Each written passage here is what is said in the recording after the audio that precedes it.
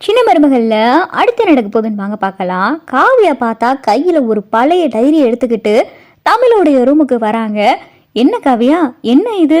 ஏதோ பழைய காலத்து பல வருஷத்துக்கு முன்னாடி இருக்கிற டைரி மாதிரி இருக்கு.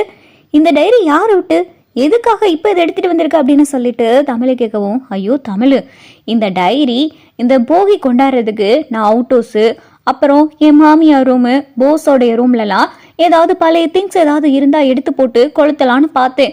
எனக்கு அப்போ ஒன்றும் கிடைக்கல. அப்போ தேடிக்கிட்டு இருக்கையில தான் ஈஸ்வரி அத்தையுடைய ரூமில் இந்த ஒரு டைரி என் கையில் சிக்குச்சு. அப்போ அதை படிக்கிறதுக்கு எனக்கு நேரம் இல்லை, அதை நான் ஓப்பன் பண்ணியும் பார்க்கல.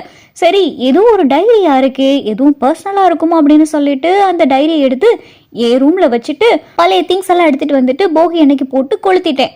ஆனால் இந்த டைரி இப்போ ரூமுக்கு போகையில் பார்த்தேன்னா இது என்ன டைரியா இருக்கும் அப்படின்னு நினச்சி பார்த்தேன். சரி, எதா இருந்தாலும் உன் கூட சேர்ந்து பார்க்கலாமே அப்படின்னு சொல்லிட்டு அதான் டைரி எடுத்துகிட்டு வந்தேன். இதை நான் இன்னும் ஓப்பனே பண்ணலை அப்படின்னு சொல்லி காவியா சொல்லவும், அப்படியா, இதில் காவியா இது யாரோடையாவது பர்சனலாக இருக்க போகுது. ஏன் ஈஸ்வரி அத்தையோடைய பர்சனலாக கூட இருக்கலாம். அவங்க ஏதாவது அவங்களுடைய இதை பற்றி எழுதி வச்சிருக்கலாம் இல்லையா, அடுத்தவங்க டைரியை படிக்கிறது தப்பு அப்படின்னு சொல்லிட்டு தமிழ் சொல்லவும், ஐயோ அடுத்தவங்க டைரினா அதை டைரி மாதிரில வச்சிருக்கணும். இது ஏதோ பல வருஷத்துக்கு முன்னாடி இருக்கிற டைரி மாதிரி இருக்கு. இதோ பழைய படத்துலலாம் வருமே மர்ம கதைன்னு, அந்த மாதிரி ஏதோ பழைய டைரியா இருந்துச்சுப்பா, அதனால தான் நான் எடுத்துட்டு வந்தேன் அப்படின்னு சொல்லிட்டு காவியா சொல்லவும், சரி சொன்னாலும் கேட்க மாட்டேன், நீ ஏன் ஓப்பன் பண்ண அப்படின்னு சொல்லி தமிழும் சொல்லவும், காவியா பார்த்தா ஓப்பன் பண்றாங்க. அதில் பார்த்தா மீனாட்சின்னு பேர் போட்டிருக்கு. என்ன மீனாட்சின்னு பேர் போட்டிருக்கு? நீ என்னமோ ஈஸ்வரி அத்தை டைரியா இருக்குன்னு சொன்ன, அப்படின்னா ஈஸ்வரின்னு தானே பேர் போட்டிருக்கணும். மீனாட்சின்னு பேர் போட்டிருக்கு. ஆமா, இந்த வீட்டில் மீனாட்சி யாரு அப்படின்னு சொல்லி காவியா கேட்கவும், அப்போதான் தமிழ் யோசிக்கிறாங்க. மீனாட்சின்றது நம்ம அத்தை பேராச்சே, சேதுவோடைய அம்மா பேர் தானே மீனாட்சி அப்படின்னு சொல்லிட்டு, ஐயோ காவியா, மீனாட்சின்றது ராஜாங்க மாமா இருக்கார்ல, அவருடைய முதல் மனைவி பேர் தான் மீனாட்சி. ராஜாங்க மாமாவுக்கு மொத்தம் 2 மனைவி. முதல் மனைவிக்கு பிறந்தவங்க நடேசன், பவானி, சேது, இந்த 3 பேரும் தான் மீனாட்சி அத்தைக்கு பிறந்தவங்க. அப்புறம் கண்மணி வந்துட்டு மோகனா அத்தைக்கு பிறந்தவங்க. மீனாட்சி அத்தை இறந்துட்டாங்க அப்படின்னு சொல்லிட்டு தமிழ் சொல்லவும், இறந்துட்டாங்களா, அவங்களுடைய டைரியா அது அப்படின்னு சொல்லிட்டு காவியா சொல்லவும், மீனாட்சின்னு பேர் போட்டிருக்குன்னா அப்ப அத்தையுடைய டைரியா தான் இருக்கும். அது எப்படி ஈஸ்வரி அத்தை ரூம்ல இருந்துச்சு அப்படின்னு சொல்லிட்டு தமிழை கேட்கவும், தெரியலையே, ஏதோ அப்படின்னு பார்த்தா இத்தனை வருஷமா யாருக்குமே தெரியாத டைரி என் கண்ணில் பட்டிருக்கு. சரி, அவங்க என்னதான் எழுதியிருக்காங்கன்னு பார்ப்போம் அப்படின்னு சொல்லிட்டு காவியாவும் சொல்லவும், தமிழும் சரின்னு சொல்லிட்டு 2 பேரும் பார்த்தா டைரியை ஓப்பன் பண்றாங்க. எங்க மீனாட்சின்னு பேர் போட்டிருக்கு. அதுல தான் ஒரு பயங்கரமான விஷயம் ஒளிஞ்சிருக்கு. இத்தனை வருஷமா எல்லாரு கண்ணுலையும் மண்ணு தூவிக்கிட்டு இருந்த இந்த ஈஸ்வரி பத்தின விஷயம்தான் பார்த்தா அந்த டைரியில எழுதியிருக்கு. அதுல மீனாட்சி ராஜாங்கத்தை பத்தியும் தனக்கு பிறந்த 3 குழந்தைங்களை பத்தியும் எழுதியிருக்காங்க. நடேசன், பவானி, சேது 3 பேர்த்த பத்தி எழுதியிருக்காங்க. சேது பிறந்த கொஞ்ச நாள்ல தான் மீனாட்சி இறந்தும் போயிருப்பாங்க.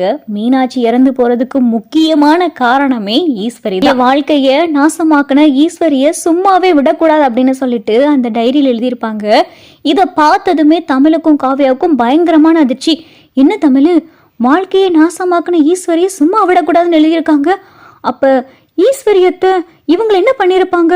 ஒருவேளை இவங்க இறந்து போறதுக்கு காரணம் ஈஸ்வரி அத்தையோ அப்படின்னு சொல்லிட்டு காவியா சொல்லவும், காவியா, நீ பாட்டுக்கு அப்படி எதுவும் நினைக்காத, அது திருப்பு, இன்னும் ஏதோ எழுதியிருக்காங்க அப்படின்னு சொல்லிட்டு தமிழ் சொல்லவும், காவியாவும் பார்த்தா டைரியை திருப்புறாங்க. அதுல பார்த்தா தன்னுடைய சாவுக்கு காரணமே ஈஸ்வரி தான் அப்படின்னு எழுதி வச்சிருக்காங்க. கிட்டத்தட்ட ஒரு 35 வருஷத்துக்கு முன்னாடி இந்த வீட்டில் கணக்கு பிள்ளையா வேலை பார்த்துக்கிட்டு இருந்த ஒருத்தருக்கும் எனக்கும் தப்பான உறவு இருக்குன்னு சொல்லி என்னைய என் கணவர்கிட்ட இருந்து பிரிச்சது மட்டும் இல்லாம சேது பிறந்த கொஞ்ச நாள்லயே நான் சாப்பிட்ற சாப்பாட்டுல நஞ்ச கலந்து என் உசுரை பறிக்கிறதுக்கு காரணமா இருந்த இந்த ஈஸ்வரி வாழ்க்கை நல்லாவே இருக்கக்கூடாது, இந்த ஈஸ்வரி நல்லாவே வாழக்கூடாது அப்படின்னு சொல்லி எழுதி வச்சிருப்பாங்க.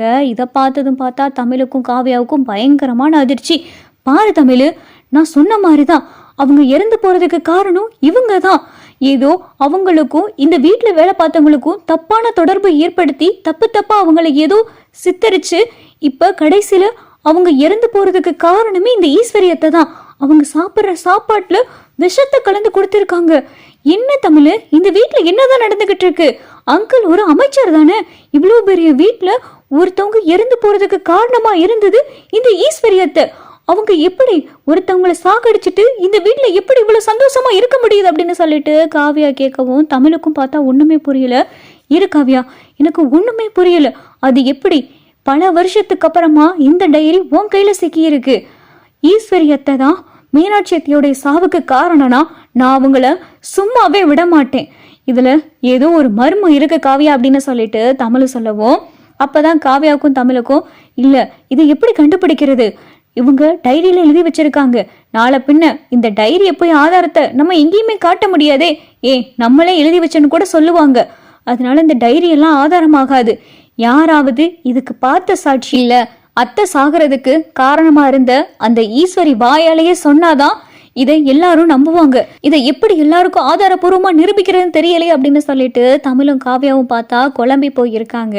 சரி தமிழ், எதுக்காக ஈஸ்வரியத்தை மீனாட்சியத்தைய இப்படி சாப்பாட்டுல விச வச்சு கொண்டிருக்கணும், அதுக்கான காரணம் என்ன அப்படின்னு சொல்லிட்டு காவியா கேட்கவும், அதுக்கான காரணமும் கண்டிப்பா அந்த டைரியிலே இருக்கும் அப்படின்னு சொல்லிட்டு தமிழ் அந்த டைரியை வாங்கி அடுத்த பக்கத்துல படிச்சு பார்க்குறாங்க. அதுல பார்த்தா மீனாட்சி ஒரு உண்மையவே சொல்லியிருக்காங்க. ஈஸ்வரி கல்யாணம் ஆன புதுசுல ராஜாங்கத்தோடைய மொத்த சொத்தையும் வளைச்சு போடணும் அப்படின்றதுக்காக தன்னுடைய அம்மா அப்பாவோட சேர்ந்து ராஜாங்கத்துக்கு தப்பா கணக்கு காட்டி ராஜாங்கத்தோடைய வரவு செலவுல இருந்து கொஞ்சம் கொஞ்சமா பணத்தை எடுத்து தன்னுடைய அப்பா அம்மாவுடைய குடும்பத்துக்கு ஈஸ்வரி கொடுத்துட்டு வந்ததாகவும், அதை தெரிஞ்சு மீனாட்சி சத்தம் போட்டு கேள்வி கேட்டதுனால இவளை எப்படியாவது இந்த வீட்டில இருந்து அடிச்சு துரத்தணும், அந்த இடத்துக்கு நம்ம வரணும், இவகிட்ட இருக்கிற கொத்து சாவி நம்ம கைக்கு வரணும், இந்த ராஜாங்கத்தோடைய மொத்த சொத்தும் என் பேருக்கு வரணும் அப்படின்ற ஆசையினாலதான் இந்த மாதிரி ஈஸ்வரி மீனாட்சிக்கும் ராஜாங்கத்தோடைய வீட்டுல கணக்கு பிள்ளையா வேலை பார்த்துக்கிட்டு இருந்த ஒருத்தருக்கும் தப்பான உறவு இருக்கு அப்படின்னு சொல்லி எல்லாரும் நம்புற மாதிரி நாடகத்தை நடத்தி அதை வீட்டுல இருக்கிறவங்களும் நம்புறபடி செஞ்சது ஈஸ்வரி. அதுக்கப்புறமா என் வீட்டுக்காரு ராஜாங்கம் என்கிட்ட பேசுறதே கொஞ்சம் கொஞ்சமா குறைச்சு என்னை வெறுத்தும் ஒதுக்க ஆரம்பிச்சாரு. அதுக்கெல்லாம் காரணம் அந்த ஈஸ்வரி தான். பத்தாவதுக்கு சேது பிறந்த கொஞ்ச நாள்லயே சாப்பாட்டுல விஷத்தை கலந்து கொடுத்து என்னுடைய சாவுக்கு காரணமா இருந்ததும் ஈஸ்வரி தான். அந்த சாவுக்கு காரணத்தை நான் இந்த மாதிரி தப்பான தொடர்புல இருந்தது வீட்டுல இருந்தது எல்லாருக்கும் தெரிஞ்சு போச்சு, அதனாலதான் நானே உசுரை மாச்சுக்கிட்டேன்னு சொல்லி எல்லாரையும் நம்ப வச்சதும் இந்த ஈஸ்வரி தான். என் சாவுக்கு காரணமே இந்த ஈஸ்வரி தான் அப்படின்னு சொல்லிட்டு எல்லாத்தையும் டைரியில அப்பட்டமா எழுதி வச்சிருக்காங்க.